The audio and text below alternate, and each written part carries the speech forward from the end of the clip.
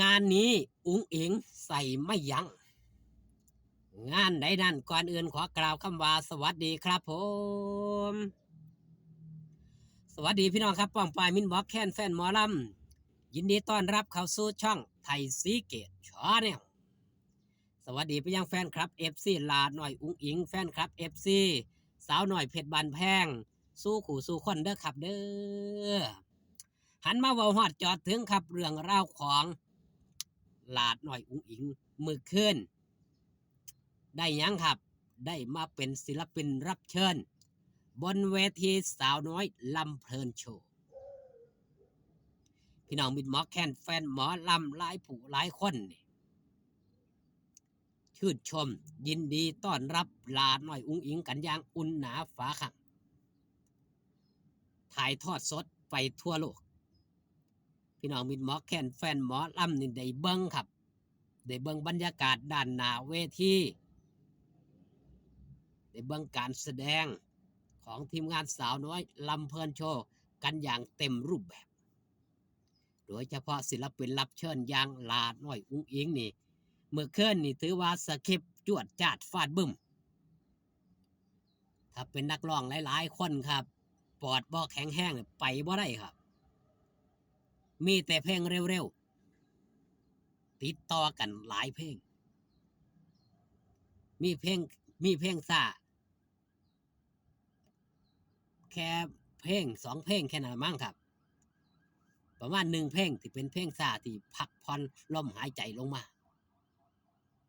โดยเฉพาะน้ำตาหล่นบนขอบเตียงผมหลายผู้หลายคนผมว่าคิดไปในทางเดียวกันลาหน่อยอุ้งอิงนี่เสียงห้องออกมาเต็มห้องออกมาได้ใจแฟนคลับเอฟซีเป็นพลังหลายคนผมเชื่อว่าน้ำตาซึมเมื่อคิดถึงบทเพลงของลาหน่อยอุ้งอิงที่ร้องห้องมือขึ้นนี่ถือว่า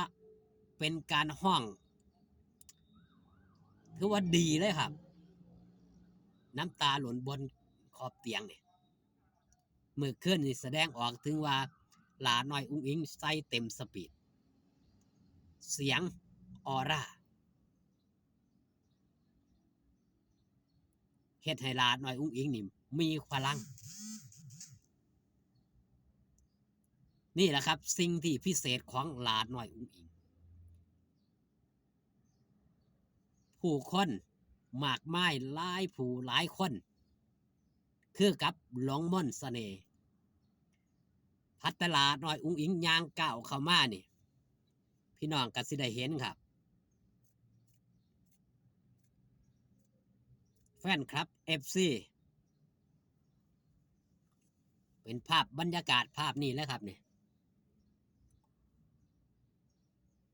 พอตลาดน้อยอุ้งอิงยางก้าวเข้ามานี่เฮาสิได้เห็นว่าคนนี่แออัดยัดเยียดนี่ครับนี่ด้านหน้าเวทีต่างแออัดยัดเยียดกันเข้าไปเพื่อหยังครับเพื่อถ่ายรูปกับลาดน้อยอุ้งอิงเพื่อให้ติปให้มาไล่เห็นบ่ครับนี่คือศิลปินมหาชนอีหลีเป็นศิลปินที่ทรงพลังเป็นศิลปินที่ทรงเสน่ห์มีแรงดึงดูดเอามิดหมอแคนแฟนหมอลำนี่ให้ย่างไปหน้าห้านนี่คือความปังความเด่นความมีเสน่ห์ของหลาน้อยอุ้งอิงผู้คนที่ไปหน้าห้านหน้าเวทีคือกับต้องมนสะกดสายบ่ละสายตาจากลาน้อยอุ้งอิงกล้องจักว่าจักโตโทรศัพท์ทุกคนมีโทรศัพท์ยกมือถือขึ้นมาถ่ายลาน้อยอุ้งอิงย่างไปทั้งใดนี่กับแผ่นกล้องไปนั่งสายตาบ่ละสายตาจากลาน้อยอุ้งอิงเมื่อคืนนี่ถือว่าโชว์นี่ได้รับคำชื่นชมหลายสคริปต์มือคืนของลาน้อยอุ้งอิงถือว่าจวดจาดฟาดบึ้มนี่แหละครับคำว่าอุ้งอิงใส่ไม่ยัง้ง แม้มางานรับเชิญลาน้อยอุ้งอิงพร้อมกับโปรโมทพร้อมโปรโมทวงสาวหน่อยลำเพิ่นโชว์ผู้ใดอยากว่าจะงานจ้างการจังสี่สาวหน่อยเพชรบันแพงเต็มกะมาเอาเด้อจ้าสาวหน่อยลำเพิ่นโชว์นั่นคือถือว่าลาน้อยอุ้งอิงนี่เป็นต้นกำเนิดของสาวน้อยลำเพิ่นโชว์ก็ว่าได้ครับเพราะถ้าบ่มีลาน้อยอุ้งอิงนี่พี่น้องมินหมอแค้นแฟนหมอลำคิดว่าสิมีสาวหน่อยลำเพิ่นโชว์บ่ผมเชื่อได้เลยว่าบ่มีครับ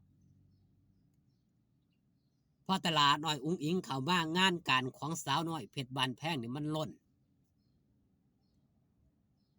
ด้วยศักยภาพด้วยแบรนด์ที่ยังครับการันตีความโด่งความเด่นความปังความดัง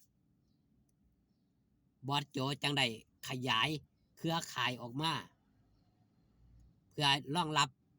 เจ้าภาพเจ้าการเจ้างานอยากได้แบรนด์ของสาวน้อยจังได้ตั้งสาวน้อยลำเพลินโชว์ขึ้นมาถือว่าเป็นหมอลำน้องใหม่แต่มาแรงกำลังเป็นที่โจทย์จันกำลังเป็นที่โจทย์ขานณปัจจุบันโดยเฉพาะโชว์เกี่ยวกับยังขับสถานการณ์ปัจจุบันว่าง่ายๆครับการคิดโชว์ท่านเหตุการณ์ได้รับใจแฟนคลับไปเต็มๆสำหรับสาวน้อยลำเพลินโชว์สาวน้อยเพชรบ้านแพงโดยเฉพาะเพชรเม็ดงามยางลาดหน่อยอุ้งอิงนี่พอได้ขึ้นเวทีครับบ่ว่าเวทีใดก็ตามให้ตลาดหน่อยอุ้งอิงได้ไปยืนครับถือว่าเป็นเวทีอันทรงคุณค่าเป็นอย่างยิ่งแฟนคลับ FC ดีอกดีใจที่ได้รับที่ได้เห็นลาดหน่อยอุ้งอิงบางคนก็ว่ามันคือดนตรีแตกต่างกันครับสาวหน่อยเพชรบานแพงเนื่องจากว่าเพลงบางเพลงก็ร้องฉีกแนวออกมากับทางสาวหน่อยเพชรบานแพงเนาะก็เป็นจังหวะเป็นห่วงจังหวะเป็นห่วงเวลาล่ะครับขอบคุณพี่น้องด้วยครับเด้อที่เขามาเบิงขอบคุณพี่น้องที่เขามาแย่งช่องไทยซีเกตชาแนล